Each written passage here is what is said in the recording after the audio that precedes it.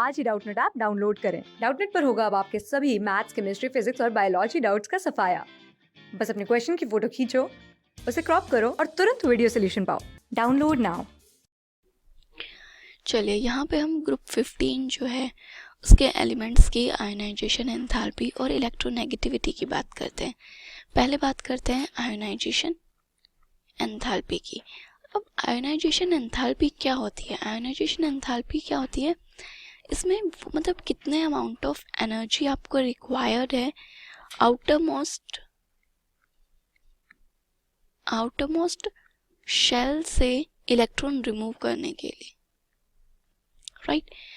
Like हमारा जो group 15 है इसकी कॉन्फ़िगरेशन क्या है आपकी? NS2 NP3। तो जो आपका आउटर मोस्ट इलेक्ट्रॉन है वो क्या हो जाएगा? ये आउटर मोस्ट शेल आपकी NP3 है। NP3 शेल में से हमें एक इलेक्ट्रॉन रिमूव करना है।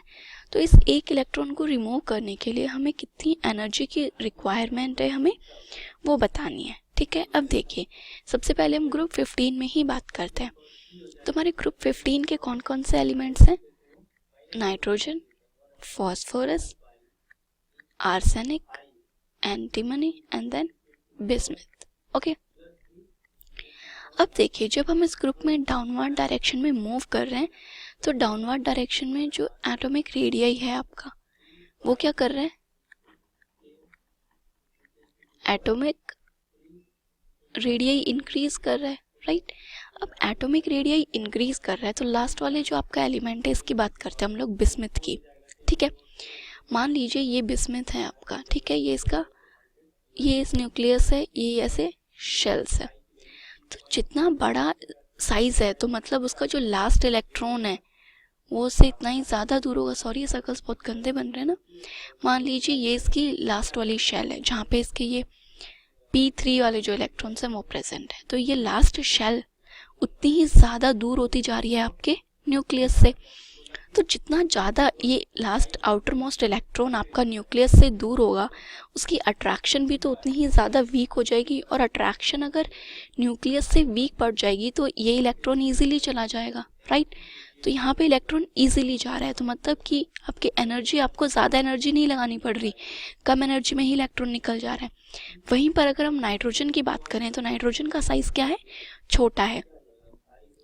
तो मानिए कि आपका ये नाइट्रोजन है,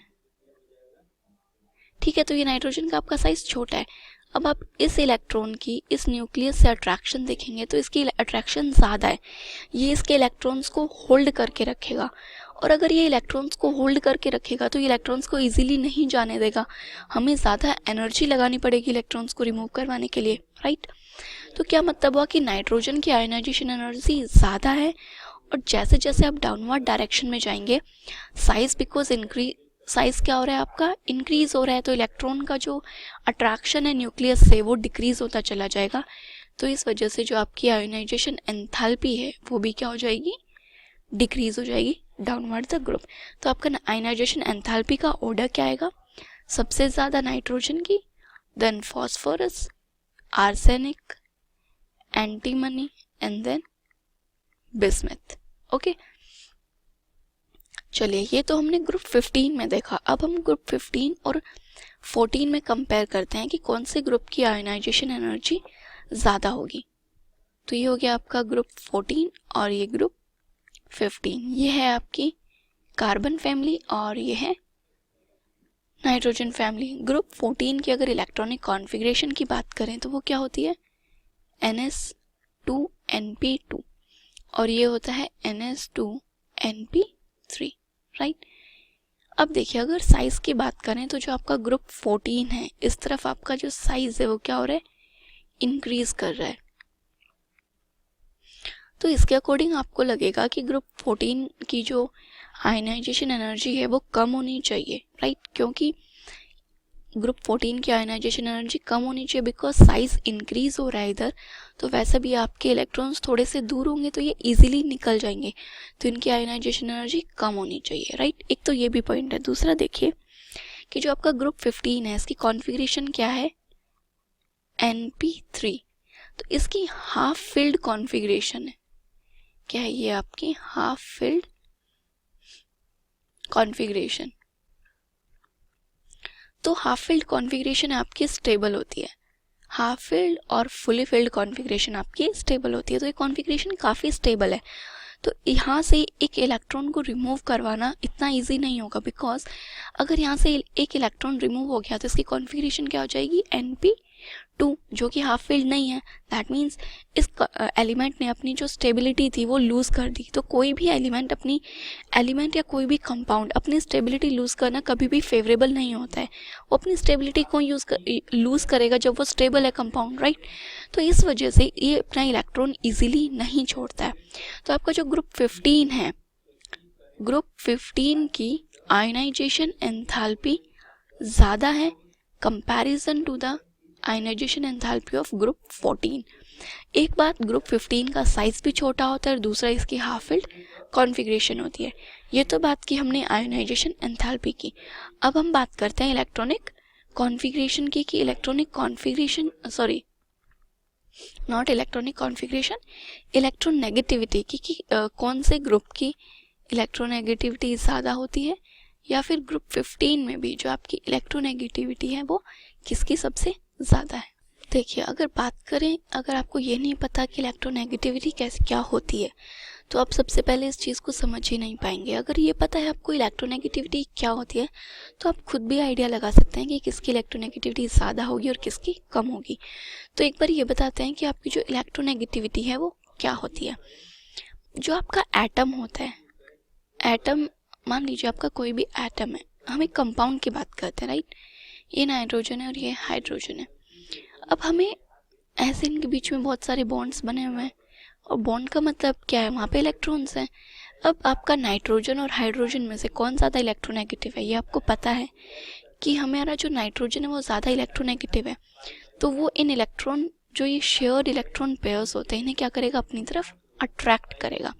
यही इलेक्ट्रोनेगेटिविटी होती है कि किस एटम की टेंडेंसी है इन शेयर्ड पेयर इलेक्ट्रॉन्स को अपनी तरफ अट्रैक्ट करने की, जो कोवलेंटली बॉन्डेड मॉलिक्यूल्स होते हैं उनमें। चलिए एक बार मैं लिख देती हूँ कि इसकी डेफिनेशन क्या होती है। Tendency of an atom to attract shared pair of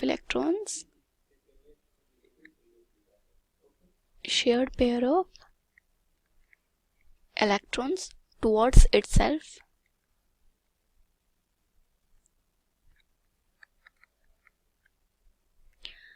in a covalently bonded molecule.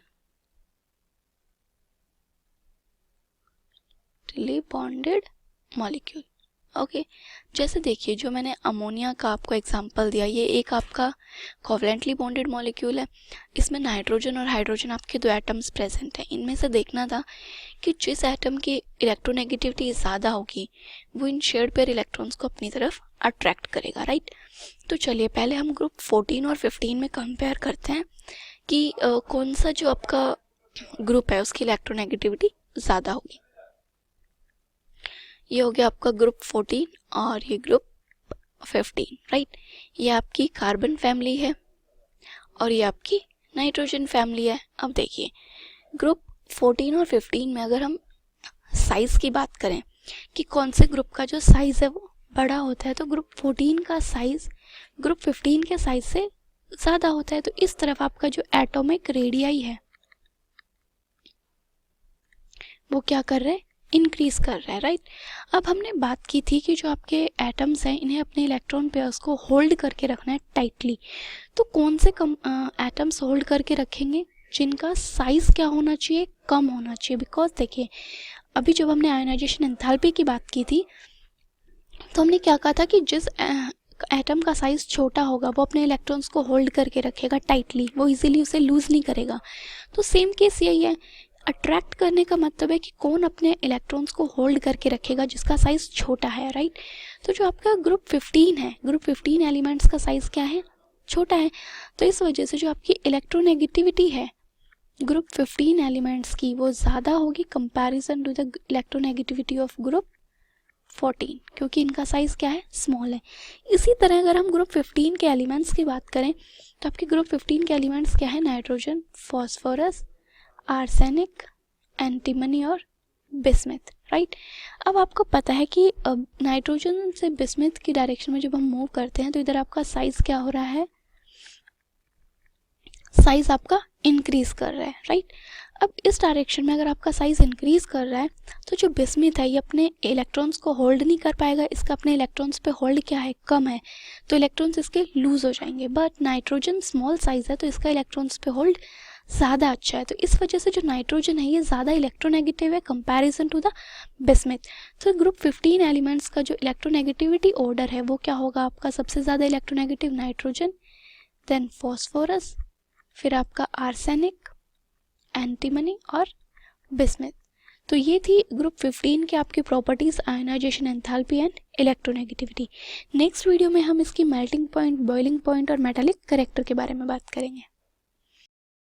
Class 6 से 12 से लेके नीट, IIT, जेई मेंस और एडवांस के लेवल तक 10 मिलियन से ज्यादा स्टूडेंट्स का भरोसा। आज ही डाउनलोड करें डाउटनेट ऐप या व्हाट्सएप कीजिए अपने डाउट्स 8400 400 400 पर।